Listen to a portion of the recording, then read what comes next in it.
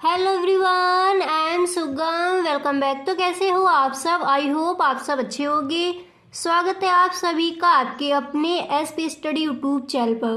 तो गाइस, आज हम आपके लिए लेकर आए हैं जो आपका अर्थशास्त्र का जो आपका दूसरा चैप्टर है। दूसरे पार्ट के आपके जितने भी इम्पोर्टेंट क्वेश्चन है, अतलग उत्तरीय प्रश्न, लघु उत्तरीय प्रश्न और विस्तृत उत्तरीय प्रश्न, वो सारे प्रश्नों के आंसर आपको इस वीडियो में आज मिलने वाले हैं। तो वीडियो आपको अंत तक देखना है, वीडियो को आप बिल्कुल भी स्किप ना करें, ठीक है। तो देखिए, जो आपका दूसरा चैप्टर है उसके सारे इंपॉर्टेंट क्वेश्चन आज हम आपको बताने वाले हैं।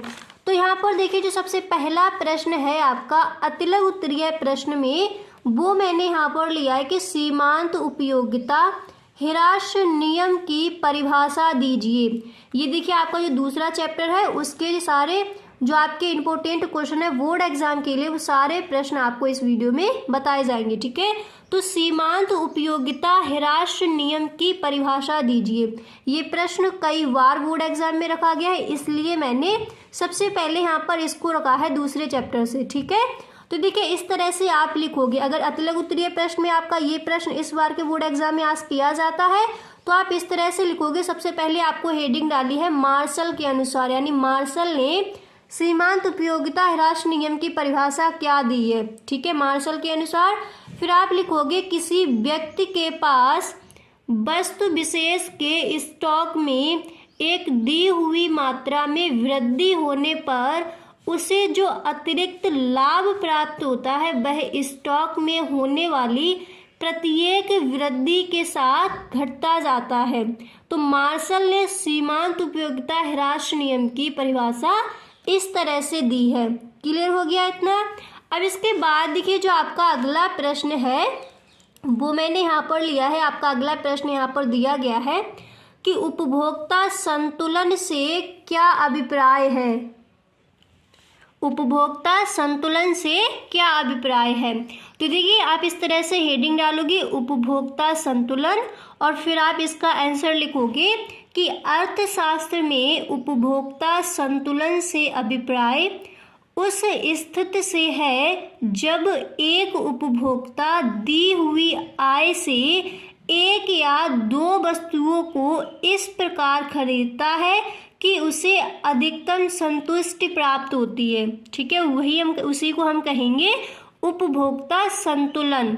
समझ आ गया उपभोक्ता संतुलन क्या है? देखिए, अर्थशास्त्र में उपभोक्ता संतुलन से अभिप्राय उस स्थिति से है। अब आप यहाँ से देखिए कि उपभोक्ता संतुलन किसे कहेंगे। देखिए, जब एक उपभोक्ता दी हुई आय से एक या दो वस्तुओं को इस प्रकार खरीदता है कि उसे अधिकतम संतुष्टि प्राप्त होती है, तो वही हमारा उपभोक्ता संतुलन कहलाता है। अब इसके बाद देखिए, जो आपका अगला प्रश्न है वो मैंने यहाँ पर लिया है कि मांग की लोच को परिभाषित कीजिए। आपको पता है ये प्रश्न आपके लिए कितना महत्वपूर्ण है।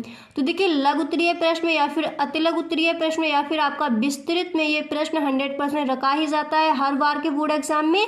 तो इसको आप एकदम अच्छे से तैयार कर लीजिए। मैंने यहाँ पर देखिए आपको लघु उत्तरीय प्रश्न में भी बताया है कि ये प्रश्न किस तरह से आज किया जाएगा और किस तरह से आप इसका आंसर लिखोगे, और विस्तृत में भी मैंने इसका आपको जो आंसर है वो दिया है। तो पहले आप देख लीजिए कि अतिलघु उत्तरीय प्रश्न में ये प्रश्न किस तरह से पूछा जाएगा और इसका आंसर आपको कितना बड़ा करके लिखना है, ठीक है। तो देखिए, प्रश्न है कि मांग की लोच को परिभाषित कीजिए। ओके, तो इस तरह से आप हेडिंग डालोगे। पहले मांग की लोच, देखिए इस हेडिंग को आप बीच में डाल सकते हो इस तरह से। यहाँ से आप डालोगे मांग की लोच, फिर इसके बाद आपको एक लाइन छोड़नी है, फिर आप लिखोगे मार्शल के अनुसार। फिर इसी तरह से आपको कॉमा, इन्वर्टेड कॉमा यहाँ पर बिगिन करना है। फिर आप लिखोगे कि बाजार में किसी वस्तु की मांग का अधिक या कम लोचदार होना इस बात पर निर्भर करता है कि एक निश्चित मात्रा में मूल्य के घट जाने पर, ठीक है, एक निश्चित मात्रा में मूल्य के घट जाने पर मांग की मात्रा में अधिक वृद्धि होती है। यानी कहने का मतलब है, जब मूल्य घटेगा, ठीक है, तो मांग में क्या होगी? वृद्धि होगी, और जब मूल्य बढ़ेगा तो मांग में क्या होगी? कमी होगी।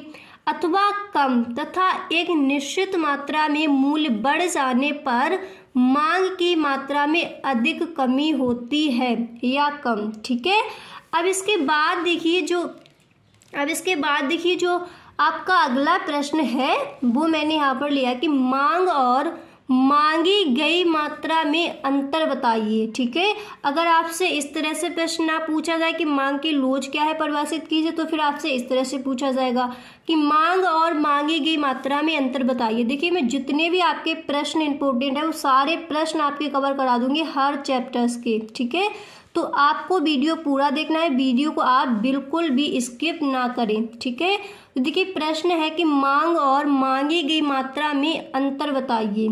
तो देखिए, अगर इस तरह से आपका प्रश्न आता है तो इस प्रश्न का आंसर आपको इस तरह से लिखना है कि मांग से अभिप्राय एक वस्तु की विभिन्न यानी अलग अलग मात्राओं को प्रकट करने वाली उस संपूर्ण मांग अनुसूची से है जो उपभोक्ता विभिन्न संभव कीमतों पर खरीदने के लिए तैयार है, जबकि मांगी गई मात्रा से अभिप्राय उस विशेष मात्रा से है जो एक कीमत विशेष पर की जाती है। ठीक है, मांगी गई मात्रा से अभिप्राय उस विशेष वस्तु से है, उस विशेष मात्रा से है जो एक कीमत विशेष पर की जाती है। ठीक है, तो मांगी की मात्रा समझ आ गई। और मांग क्या है? मांग से अभिप्राय एक वस्तु की अलग अलग मात्राओं को प्रकट करने वाली उस संपूर्ण मांग अनुसूची से है जो कोई उपभोक्ता अलग अलग संपन्न कीमतों पर खरीदने के लिए तैयार है। क्लियर हो गया अच्छे से? अब इसके बाद देखिए जो आपका अगला प्रश्न है अतिलघु उत्तरीय प्रश्न में, वो मैंने यहाँ पर लिया है। देखिए आपका नेक्स्ट प्रश्न यहाँ पर दिया गया है कि मांग की कीमत लोच से आप क्या समझते हैं। ठीक है, अतिलघु उत्तरीय प्रश्न में अगर आपसे वो दो प्रश्न नहीं पूछे गए, उस तरह से अगर प्रश्न नहीं आया तो फिर इस तरह से आएगा कि मांग की कीमत लोच से आप क्या समझते हैं। तो देखिए आप इस तरह से हेडिंग डालोगे मांग की कीमत लोच, फिर आपको लिखना है कि मांग की कीमत लोच किसी वस्तु की कीमत में होने वाले प्रतिशत परिवर्तन तथा उस वस्तु की मांग में होने वाले प्रतिशत परिवर्तन का अनुपात है। यानी मांग की लोच बराबर मांगी गई मात्रा में अनुपातिक परिवर्तन और अपॉन कीमत में अनुपातिक परिवर्तन। समझ आ गया?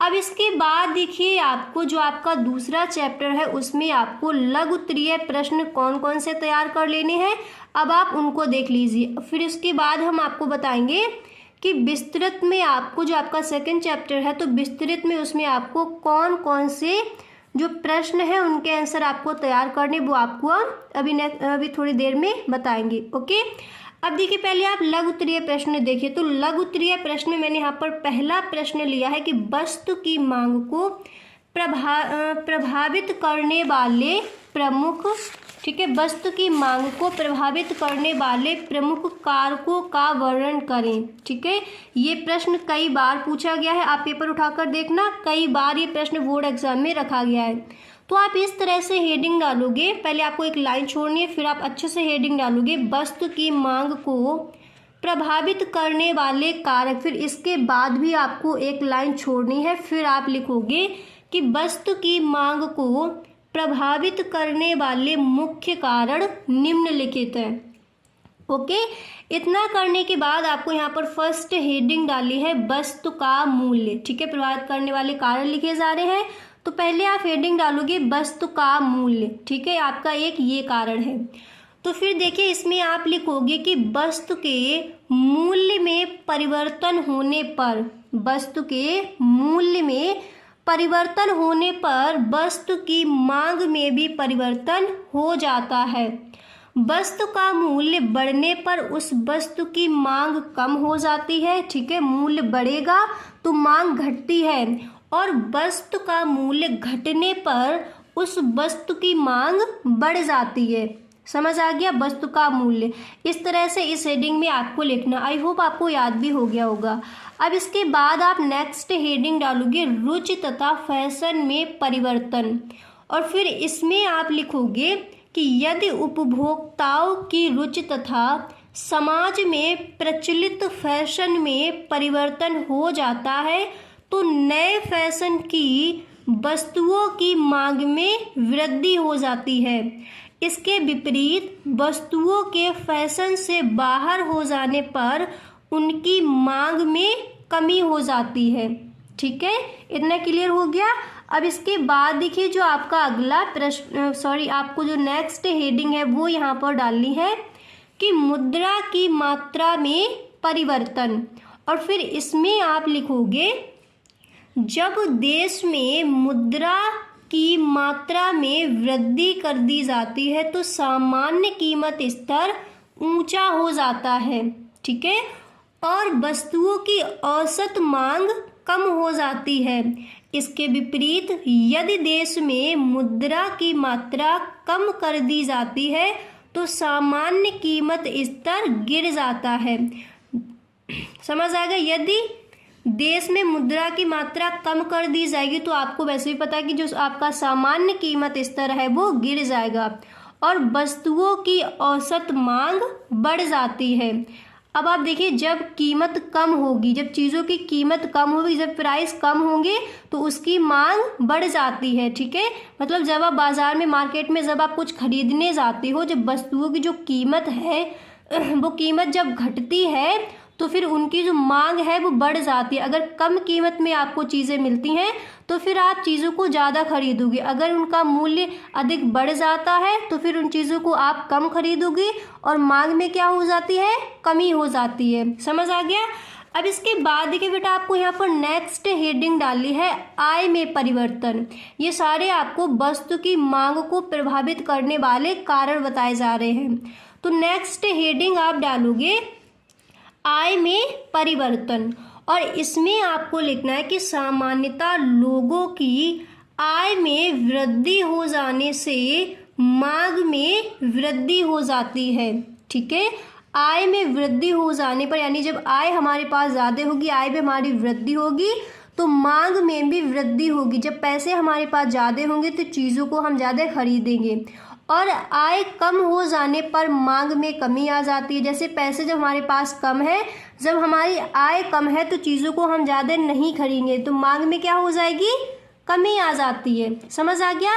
अब इसके बाद देखिए आपको यहाँ पर नेक्स्ट हेडिंग डाल, देखिए आप इस प्रश्न के आंसर को थोड़ा बड़ा चढ़ाकर ही लिख कर आओगे। ठीक है, क्योंकि ये आपका लघु उत्तरीय प्रश्न में अभी हम आपको बता रहे हैं तो लघु उत्तरीय प्रश्न में आप ज़्यादा शॉर्ट में नहीं लिखोगे। ठीक है, नेक्स्ट हेडिंग आप डालोगे जनसंख्या में परिवर्तन और फिर इसमें आपको लिखना है कि यदि देश में जनसंख्या बढ़ती है तो कीमतों के अपरिवर्तित रहने पर भी वस्तुओं की मांग बढ़ जाती है।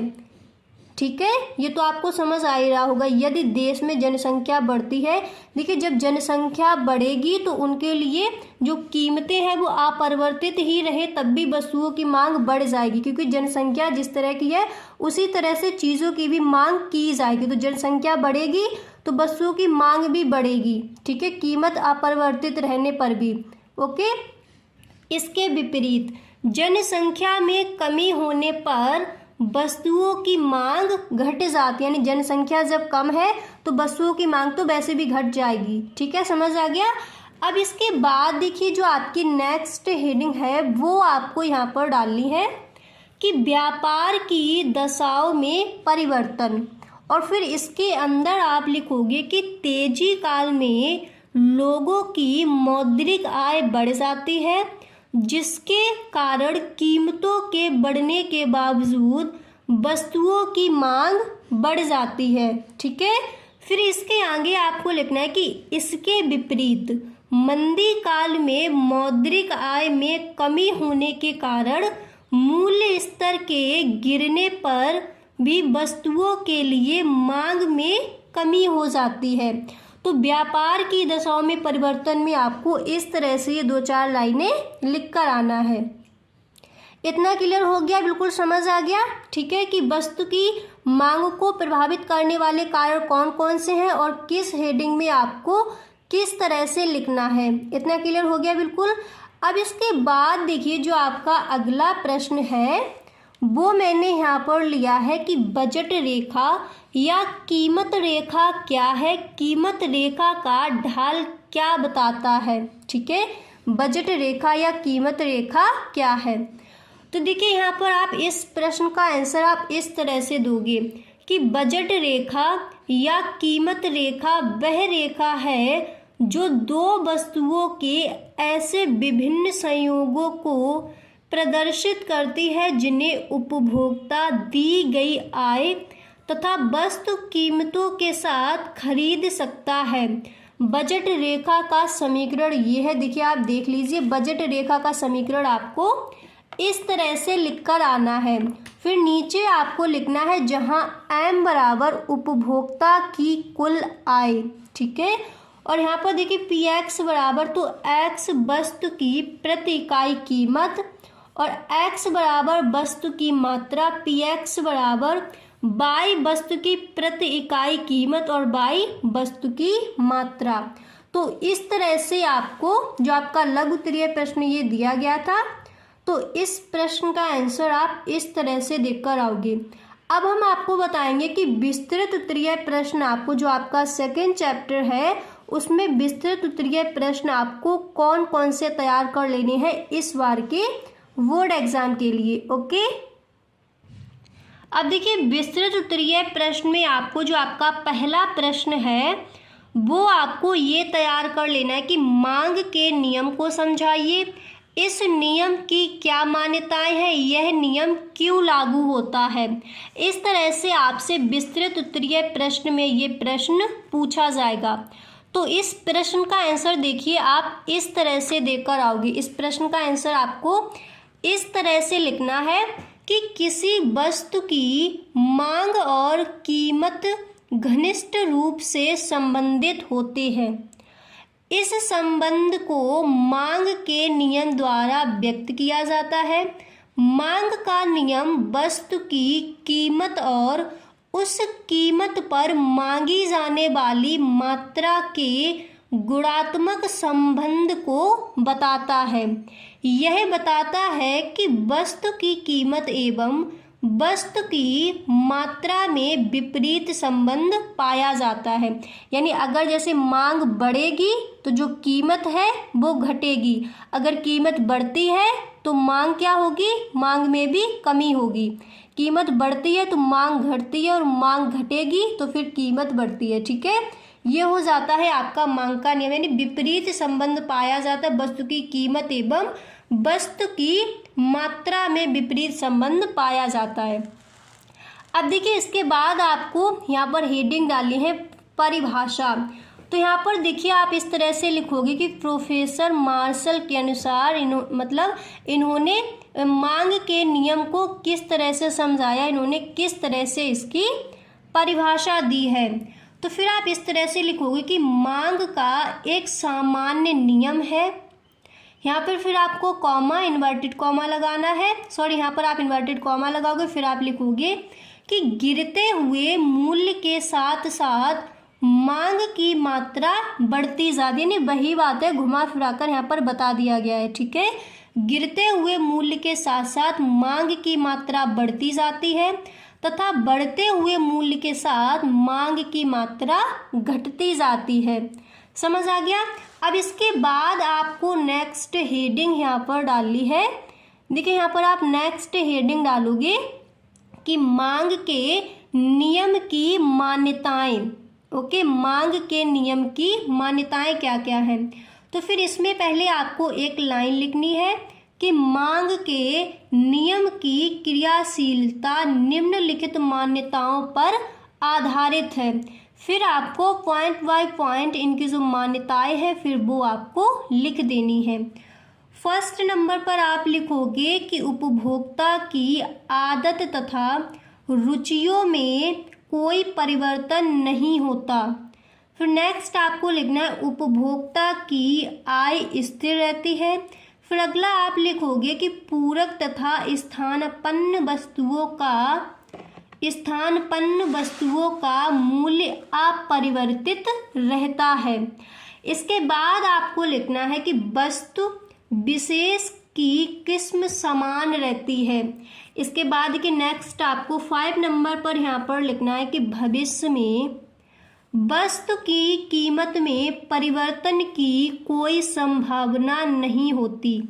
इसके बाद आप लिखोगे जनसंख्या स्थिर रहती है। इसके बाद आपको नेक्स्ट यहाँ पर लिखना है 7 नंबर पर आप लिखोगे समाज में फैशन रुचि आदि स्थिर है। वस्तु के उपभोक्ताओं की संख्या में परिवर्तन नहीं होता। इसके बाद आपको नेक्स्ट लिखना है कि भविष्य में वस्तु की कमी होने की संभावना नहीं है।